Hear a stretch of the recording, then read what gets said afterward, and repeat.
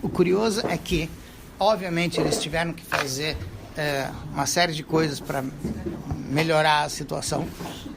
Não digo que não, mas se a gente for olhar, pelo menos o que a gente encontra em vários livros, eu diria que até um certo ponto isso foi intuição. O que significa isso? De tudo que estava lá, a grande preocupação foi acender a menorá. Isso que nem menorá tinha. A menorá foi roubada. Foi levada para Roma? Não. Calma. Ainda não. Até porque a história não está acontecendo em Roma. Então, tá. Mas o que acontece? A menorá, que era um objeto grande de ouro, óbvio que foi há muito tempo que eles já tinham levado, tá? Então, eles não tinham menorá. Eles resolveram, eles fincaram 7 estacas de metal, botaram os potinhos lá para acender em cima e fizeram uma pseudo-menorá, tá? Mas a ideia é de que tem que acender. E não só tem que acender com azeite puro. Ou seja, se a gente fosse analisar ao pé da letra, em termos assim, de halahá, de lei judaica, tá? Então, curiosamente, existe a seguinte ideia. Digamos que acontecesse uma grande guerra. Foi o que aconteceu também. Mas digamos que em outro evento qualquer houvesse uma grande guerra e, obviamente, quando há guerra, há mortes, e quando há mortes, então há impureza. Aqueles que entram em contato com os cadáveres, enfim, se impurificam, tá? Então, existe uma regra de que se todo mundo está impuro, aí então está puro. Todo mundo é um estado, né? Entende? Mesmo assim, poderia-se fazer todo o serviço. Em outras palavras, o que a Torá está dizendo é que nesse momento a Hashem permite, porque não vai ter outro jeito. Você não tem uma pessoa para fazer. Tá? Então, isso. Tá? Então, o que acontece? Se a gente está nessa situação, o mesmo se aplica ao azeite. Não tem outro, então usa esse. E eu falo, estou dizendo que isso não é quebra-galho, é dentro da lei. Tá? E com tudo isso, eles não ficaram satisfeitos. Eles resolveram, temos que achar um potinho lacrado, puro, que não foi tocado por quem não devia, enfim, que não foi impurificado, tá? Não foi manipulado, tá? E acharam. Então, achar esse potinho já foi... Por quê? Porque o fato de você ter dentro do Beit HaMikdash uma sala que praticamente era o depósito de azeite, e tinha bastante azeite, não tinha pouco, tinha bastante azeite ali, tá? Mas você encontrar potinho por potinho com o lacre quebrado é pirraça. Sabe aquele negócio de criança, de enfiar o dedo na Coca-Cola do amigo? É mais ou menos isso, tá? Só um minutinho, só terminar a ideia, tá? Então, eles fizeram propositadamente, ou seja, se os helenistas tinham em mente que o azeite é algo tão importante que vale a pena eu estragar tudo para não dar opção para eles, é porque tem alguma coisa nisso, tá? E o resumo da ópera, o que a gente pode resumidamente dizer é o seguinte, é que toda a questão de Hanukkah tem a ver com cultura, com sabedoria. Era a cultura grega versus a sabedoria divina.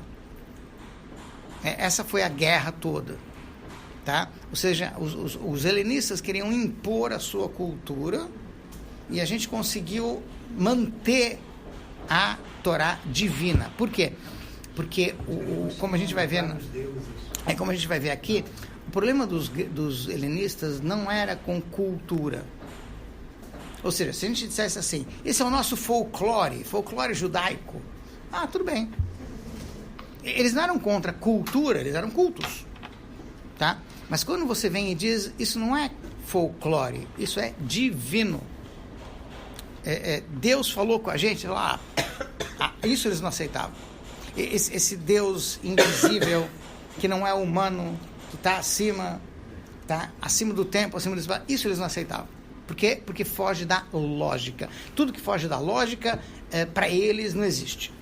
Tá? E esse era justamente o embate, esse era o problema da diferença entre a gente. Ou seja, para nós é muito real a ideia de que Hashem existe, porque Hashem falou com o povo todo. A ideia da entrega da Torá para o povo judeu é a ideia de que Deus fala com o povo, não é Deus fala com Moshe.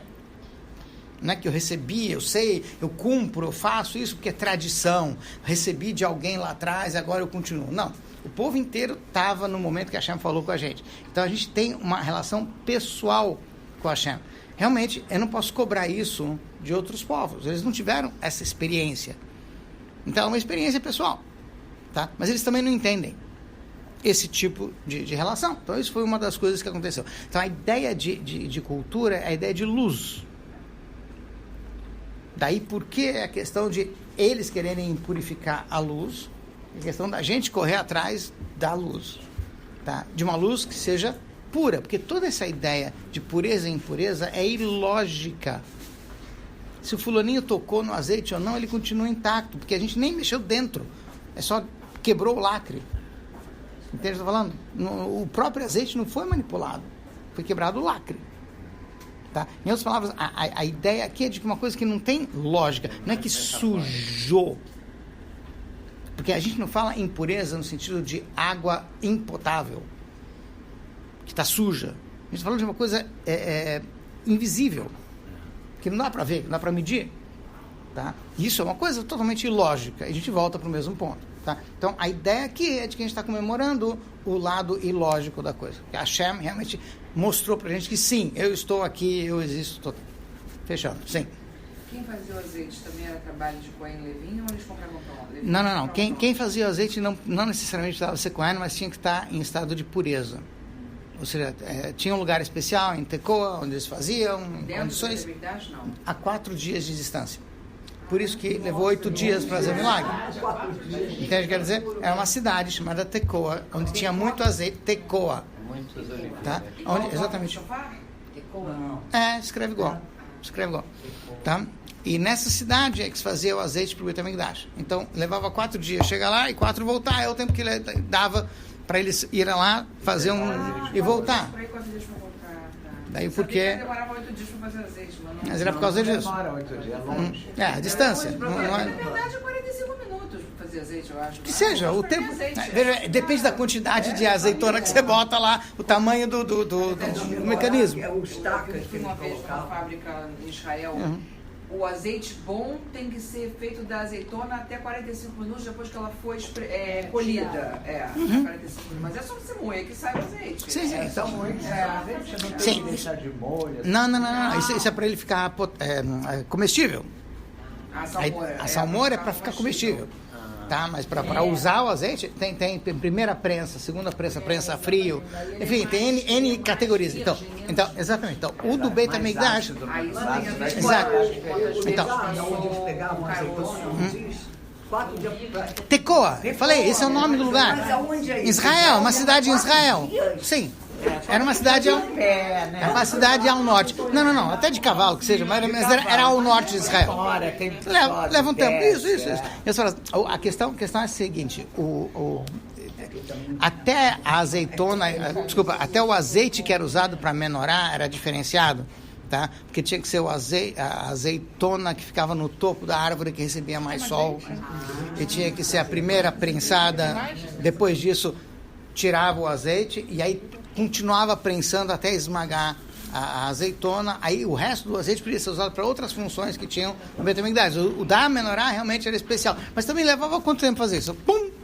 Era prensar uma vez, acabou, você não fez, mas aí você tem que sair correndo com o azeite todo e levar de volta, tá? Ou seja, tecnicamente esse é o lado, vamos dizer assim, de quanto tempo levava, por que levou esse tempo todo, tá? Voltando, então a ideia é de que Beit HaMikdash, a ideia de Hanukkah é de que a gente estava reinaugurando Beit HaMikdash e que na prática isso se mostrou através do azeite. Por quê? Porque a luz da Torá volta a brilhar. Essa é basicamente a ideia. Tá, vamos lá. Página 59, esse é o trechinho que a gente acrescenta em Hanukkah. Então a gente, no Modim, na Brachá, na qual a gente agradece E quando a gente fala de gratidão, a gente está dizendo que eu não mereço e mesmo assim eu recebi. Porque é aí que dá para entender a ideia de gratidão. Tá? Então, nesse trechinho começa assim. Depois a gente fala agradecer a Hashem por uma série de coisas. A gente também agradece Ve'ala Nissim. Modim Anachnu Lach, agradecemos por uma série de coisas e também pelos milagres.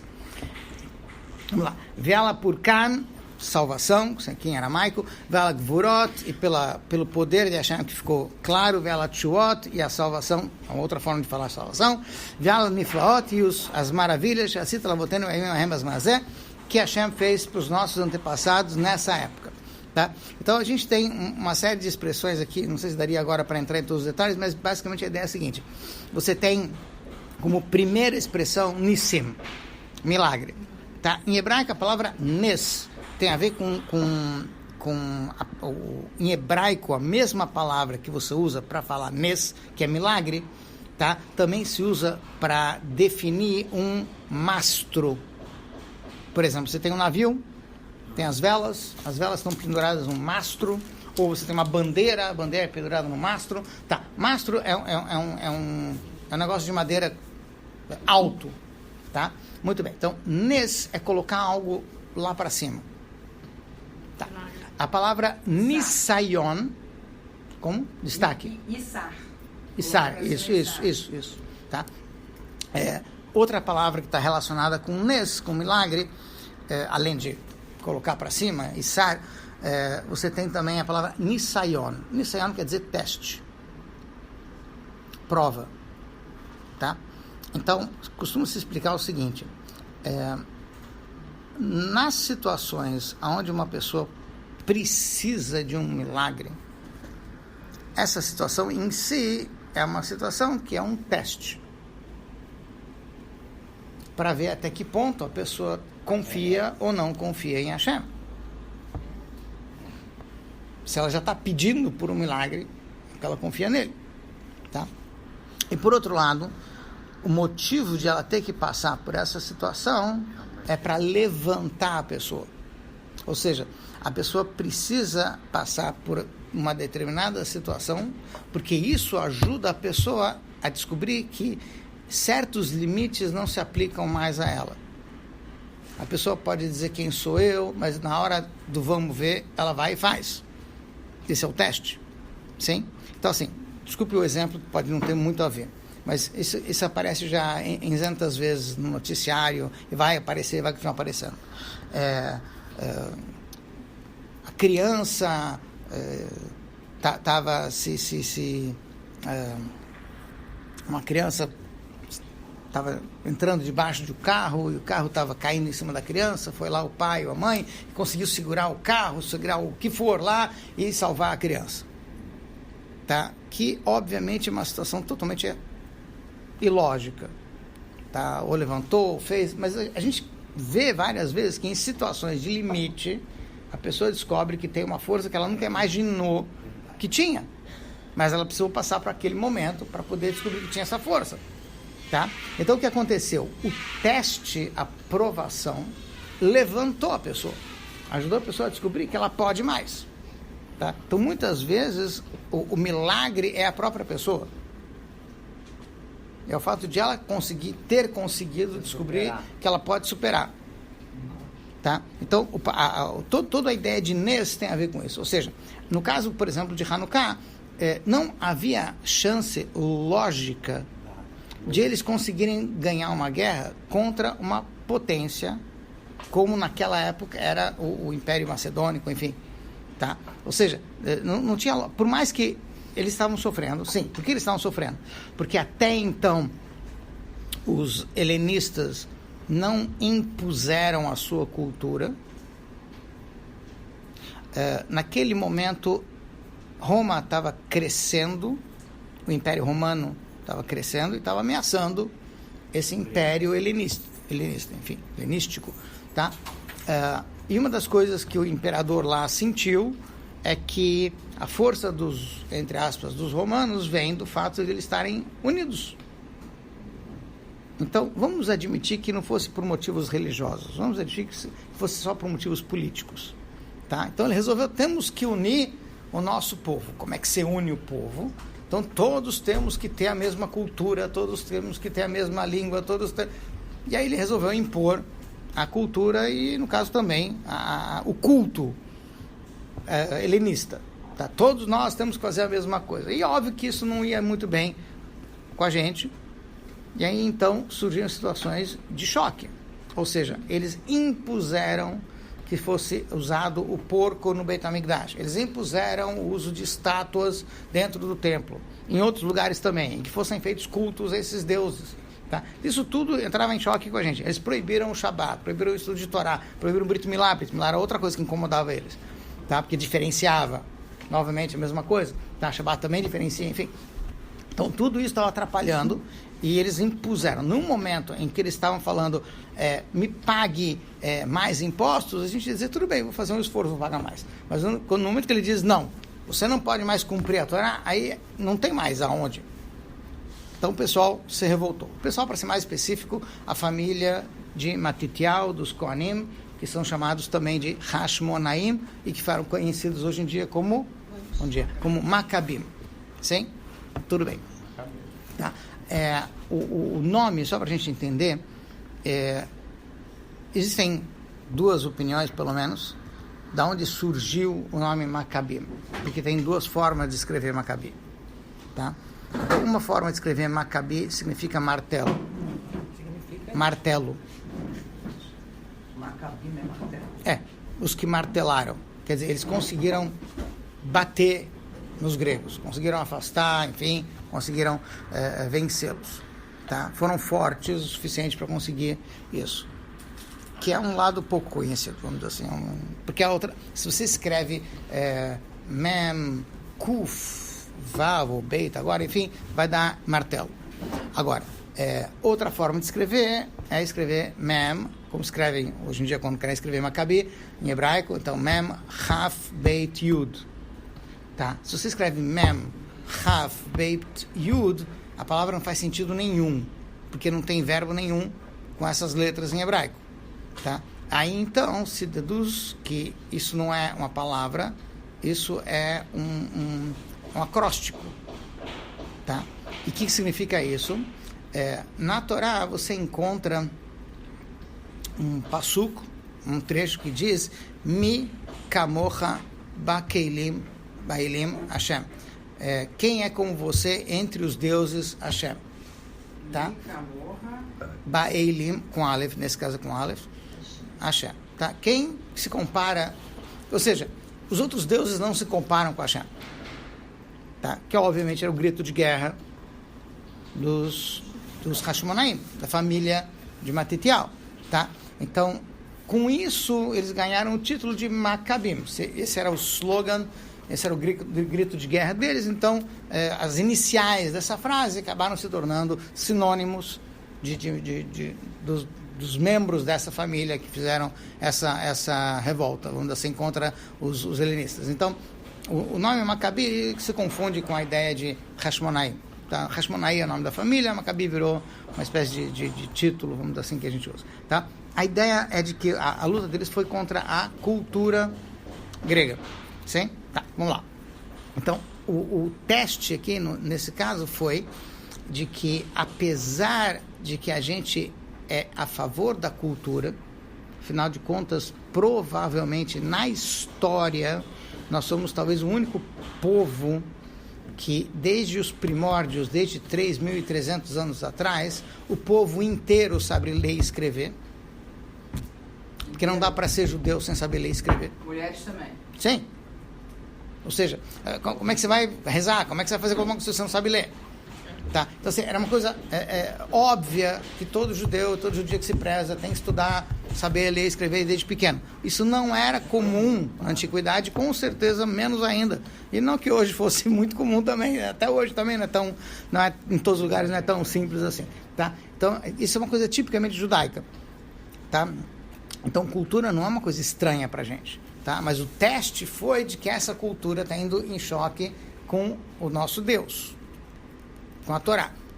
Aí então nós temos um teste, e aí foi preciso ter um nes, ter um milagre para a gente poder sobrepujar essa oposição, vamos dizer assim. Tá, continuando. Então, na coluna do lado direito no hebraico ou na coluna do lado esquerdo em português, tá? Que está no trecho reticulado, meio cinza, tá? Nos dias de Matitial, então isso está descrevendo a história. Então, na época em que aconteceu, na época de Matitial era o patriarca, vamos dizer assim, da família desses Kohanim que se revoltaram contra os helenistas. Então, o nome dele era Matitial ben Yohanan, e ele foi Kohen Gadol na sua época. Ele teria sido Kohen Gadol. Só lembrar que naquela época, na época do segundo Beit HaMikdash, curiosamente, o Kohen Gadol acabou se tornando sinônimo de representante ou líder do povo judeu. Não era assim na época do primeiro Beit HaMikdash, tá? Não que o Kohen Gadol não fosse uma pessoa importante. Vamos dar um exemplo. O primeiro Kohen Gadol da história foi Aharon, o irmão de Moshe Rabbeinu. Óbvio que ele era um personagem importante, tá? E os Kohanim Gedolim, de modo geral, eram pessoas de nível mais elevado em todo sentido, espiritual, enfim. E aqui, no caso, o que aconteceu é que desde o início do segundo Beit HaMikdash, os líderes espirituais são Kohanim Gedolim. Então, um dos primeiros a orientar o povo sobre como fazer o Beit HaMikdash, como se comportar, enfim, que orientou a eles na sua vida foi Ezra Sofer, na época no início do segundo Beit HaMikdash, que ele próprio era Kohen Gadol. Ah, ele era? Ele próprio era Kohen. Não tinha. Ou seja, a figura do rei ficou meio ofuscada pelo Kohen Gadol. Por quê? Mas nesse momento a gente não tinha rei porque os gregos tiraram ou porque a gente estava sem remédio?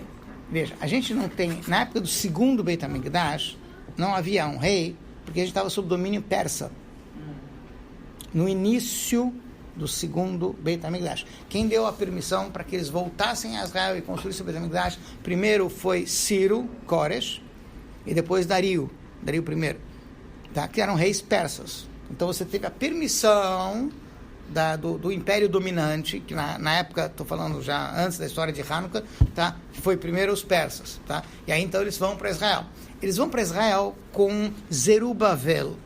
Zerubbabel é um descendente do rei Davi, é um representante da casa de Davi e é um personagem importante, mas ele é ofuscado, por assim dizer, pelo personagem Ezra Sofer, que era o sábio. Ezra Sofer era aluno dileto de Baruch ben Neriah, que por sua vez era o aluno dileto de Yirmiyahu, profeta Jeremias. Então ele estava na linha direta da profecia dos grandes líderes daquela época, líderes espirituais daquela época. Então Ezra Sofer estava numa posição que ele era aquele que estava passando a Torá para todo o povo. Então essa posição acabou se tornando, vamos dizer assim, mais relevante do que a posição do Zerubbabel, que era apenas um representante da casa de Davi. Nem era tão sábio quanto Ezra Sofer e nem tinha poder, porque afinal de contas o poder dominante era persa. Sim? Então a figura de Zerubbabel existe, mas ela não ocupa espaço, vamos dizer assim, tá? Os descendentes do rei Davi vão voltar a ocupar um espaço em termos de importância mais para frente, alguns séculos depois desse episódio. Tá? Então não vou entrar nisso agora, porque senão a gente vai viajar. É uma das duas tribos que a gente sabe. Com Yehudá. É da tribo de Sim. Tá? Então, voltando. Então, no caso, o que acontece? O Kohen Gadol, na época do segundo Beit HaMikdash, se torna um personagem importante, porque Ezra Sofer é o Kohen Gadol, é o líder. Tá? Depois, os persas, eles querem uma coisa só. Vocês se virem, isso a gente chama de autogoverno, sim? Vocês cuidem de seus compatriotas, tá? E não esqueçam de pagar os impostos. Tá? Quem recolhia os impostos? O Kohen Gadol. Porque se ele é a figura que está mais proeminente, então ele ficou encarregado. Então assim, o Kohen Gadol se tornou praticamente o líder até um certo ponto, e a gente vê ele aparecer de novo como líder quando os Macabim assumem o poder e eles se tornam reis efetivamente. Tá? Que é uma longa história. Atacaram os persas também?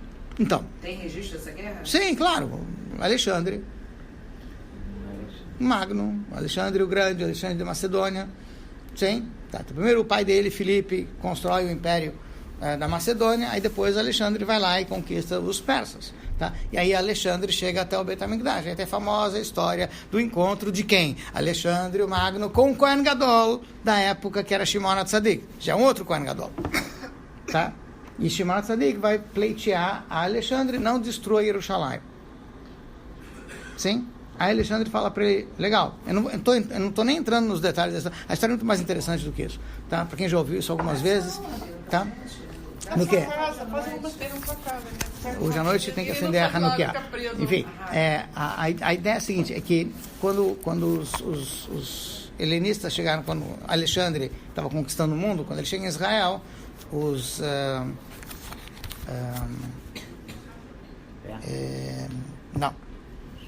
Kutim, os samaritanos, que eram Goim, não judeus, que foram tirados da Babilônia e colocados no lugar dos judeus que foram expulsos de Israel e que se fizeram de judeus depois e que depois obviamente não foram aceitos, porque afinal de contas eles não eram, aí eles ficaram com muita raiva da gente, então eles foram até Alexandre e disseram, destrua o Beit HaMikdash. Quando ele chega para conquistar Israel, eles falam, destrua. E aí então Shimon HaTzadik, que era o grande Kohen Gadol na época, ele vai então pleitear com Alexandre, não destrua o Beit HaMikdash. Que diferença me faz se eu vou pagar impostos para os persas ou se eu vou pagar impostos para Alexandre? Eu vou pagar, para mim tudo bem. Mas Alexandre foi depois, então já no cara. Antes. Isso foi uma segunda fase. Sequência histórica. Tá? O pessoal chega da Babilônia e constrói o segundo Beit HaMikdash. Ótimo. Passa mais ou menos uns 100, quase 200 anos, aí a gente vai ter a história de Hanukkah. Tá? Muito bem. Um pouco antes disso, você vai ter Alexandre conquistando o Oriente. Tá? Aí então, o Kohen Gadol, Shimon HaTzadik, vai ao encontro de Alexandre para pedir para que ele não destrua. Afinal de contas, a gente aceita o domínio helenista do mesmo jeito que a gente aceitou o persa.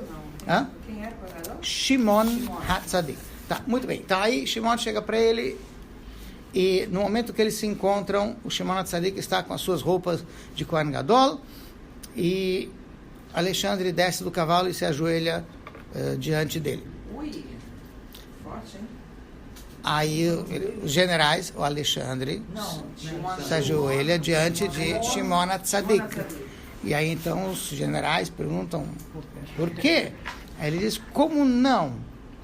Antes de conquistar todas as cidades que eu conquistei, ele aparecia para mim nos sonhos e dizia, você vai conseguir. Agora que ele está aqui ao vivo e a cores, então Hashem já tinha preparado o terreno. Sim? Então isso foi um grande milagre. Tá? Mas o grande milagre vem depois. O grande milagre é o seguinte, Alexandre diz, ótimo, imagina, claro, vou deixar o Beit HaMikdash, que dúvida. Só um pequeno detalhe, todas as cidades que eu vou, eu imponho a seguinte condição, ou você muda o nome da cidade para Alexandria, ou você enfia uma estátua minha no seu templo, para ninguém esquecer de que quem manda aqui sou eu. Aí Shimon ficou numa sinuca de bico. Sim, porque afinal de contas, vou fazer o quê? Vou mudar agora Jerusalém para Alexandria? Não vou. Sim, vou botar uma estátua no Beit HaMikdash? Também não vou. Tá? Então, isso aqui é o resumo, tem mais coisas. Mas então, aí ele se vira para Alexandre e diz, por que você quer uma estátua estática? Eu vou te dar um monte de estátuas ambulantes. Aí ele fica curioso, nunca ouvi isso? Estátua ambulante? Desde quando? Ele falou, muito simples. Todas as crianças que nascerem esse ano, os filhos dos Kohanim, enfim, vão se chamar Alexander, que virou o nome judaico. Entende o que eu tô falando? Ótimo, boa ideia. Entende? Aí pronto, não precisou ter tsuras, não precisou ter problemas. Acabou. Entende o que eu tô falando? Tá. Então assim, isso foi o primeiro encontro da gente com a cultura grega. Então foi amigável. Tá? Um século depois, começam os tsuras aqui com os Macabim.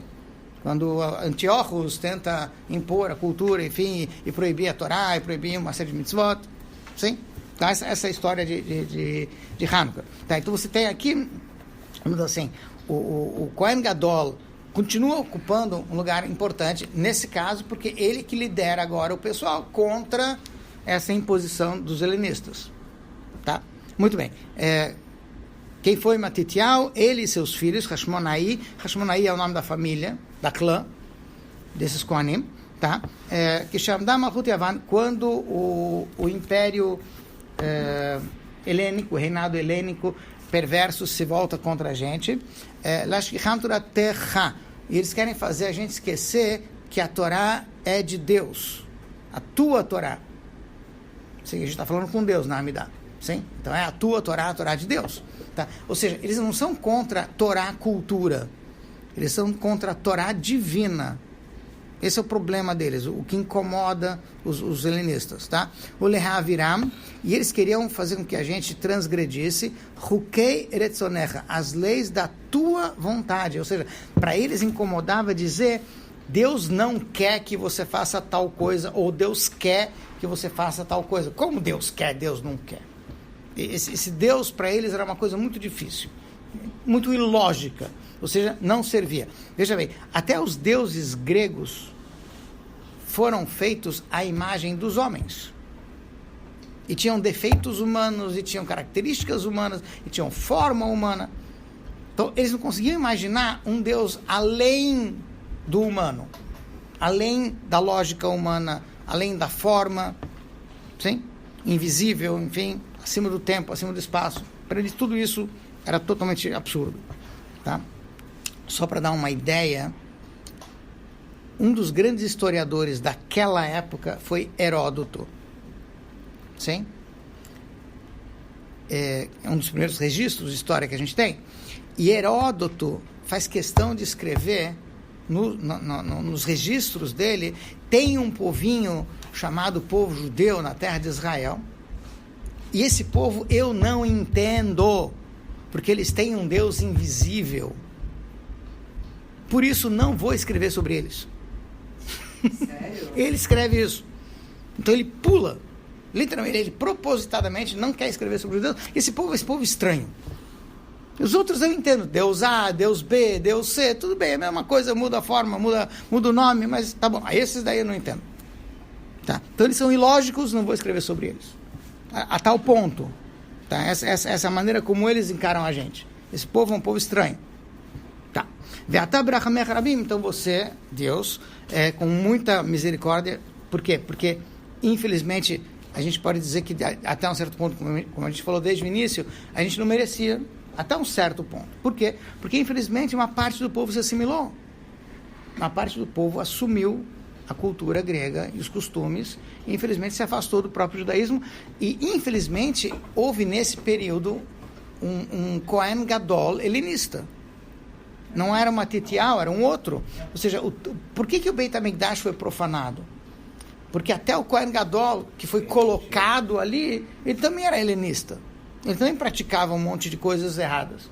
Tá? Então, foi realmente um período difícil, onde o coração da nação, vamos chamar assim, Jerusalém, estava nas mãos de pessoas totalmente alheias ao judaísmo, e que eram judeus. Tá? Então, a gente, entre aspas, criou o nosso próprio problema, até um certo ponto. A gente estava lutando contra a gente mesmo. Tá? Trazendo para os nossos tempos um pouquinho, para quem conhece um pouquinho a história dos judeus na Rússia comunista, quem mais fez problemas para os judeus foi a Yevsektia. Yevsektia é Yevreia Sektia, seção judaica do Partido Comunista. Foram eles que perseguiram os religiosos, foram eles que acabaram com o judaísmo, com as sinagogas e tudo mais. Infelizmente, eram os judeus mais comunistas que os comunistas. Os Reuter, que o pessoal fala aí, entende que o pessoal fala, que eles isso, que eles aquilo, enfim. Tá? Infelizmente, a gente sofreu por causa disso, mas a história só se repete. Não tem nada de novo. Tá? Só mudou a embalagem, mas a ideia, infelizmente, tá? Então, assim, é muito... um dos motivos pelo qual o nome é Hanukkah, o nome da festa, é porque, primeiro, obviamente, Hanukkah quer dizer inauguração, eles reinauguraram o Beit HaMikdash, mas também porque a gente vê aqui a importância do Hinur, da educação. Ou seja, se você dá uma boa educação judaica, você cria um povo forte. Senão, você cria seus próprios inimigos. Se você tira o judaísmo do currículo da escola judaica e transforma ele num água com açúcar qualquer, Deus nos livre, depois você vai ver o resultado. Que a gente viu. Hanukkah foi um desses problemas. Tá? O comunismo foi outro, e o outro foi outro, e assim por diante. Tá. Mata lem etzratam. E a gente viu no episódio de Hanukkah que Hashem estava com a gente no momento do sofrimento. A gente só viu isso no final, com o milagre das velas. Até então, era uma coisa totalmente lógica. Como que a gente, um punhadinho de Kohanim lá, ia lutar contra um exército mais poderoso da época? Tá? E, muito bem. Rav Tetrivam, quem brigou, a briga foi Hashem. Ou seja, o reconhecimento, a gente está na página 59, tá. Ou seja, quem lutou, a gente escreve aqui claramente que quem lutou foi Hashem. Por quê? Porque não tinha lógica nenhuma eles conseguirem ganhar. Tá? Danta Edinam, você julgou, ou seja, Hashem com certeza deve ter julgado e considerado que agora, então, eles não merecem mais, eles, no caso, os helenistas, ficar por cima, e sim a gente. Na Kamta Nikmatam, você vingou a sua vingança, não é bem a melhor palavra, mas tudo bem.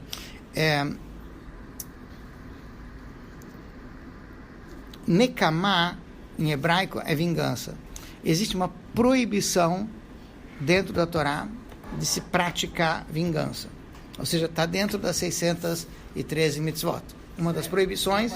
Não pode se vingar. Tá? Então, é um pouco estranho a gente falar o tempo todo que Hashem se vinga. Se ele mesmo proibiu a ideia de vingança. Tá? Então, se explica que existe uma forma de vingança kasher. Tá? O que significa isso? Tá? Então, a ideia aqui é a seguinte. Você encontra isso no Código de Leis Judaicas, que é o seguinte: se a pessoa lhe fez algo de ruim e você retribui na mesma medida, tá? Os dois ficam ruins. Aos olhos de todo mundo, esse é ruim e esse também é ruim. Esse xingou, esse fez. Então, tá. No entanto, se a gente cumpre o que a Torá diz e a gente não se vinga, sim? E ao invés disso, a gente procura ser cada vez melhor. Aí então a Torá diz, essa é a melhor vingança que tem. Por quê? Porque todo mundo vai falar bem de você. E isso dói a beça no ouvido dos inimigos. Verdade. Entende o que quer dizer? Não é uma vingança? Hã? Pena de morte não é uma vingança? Não, é um castigo. Pena.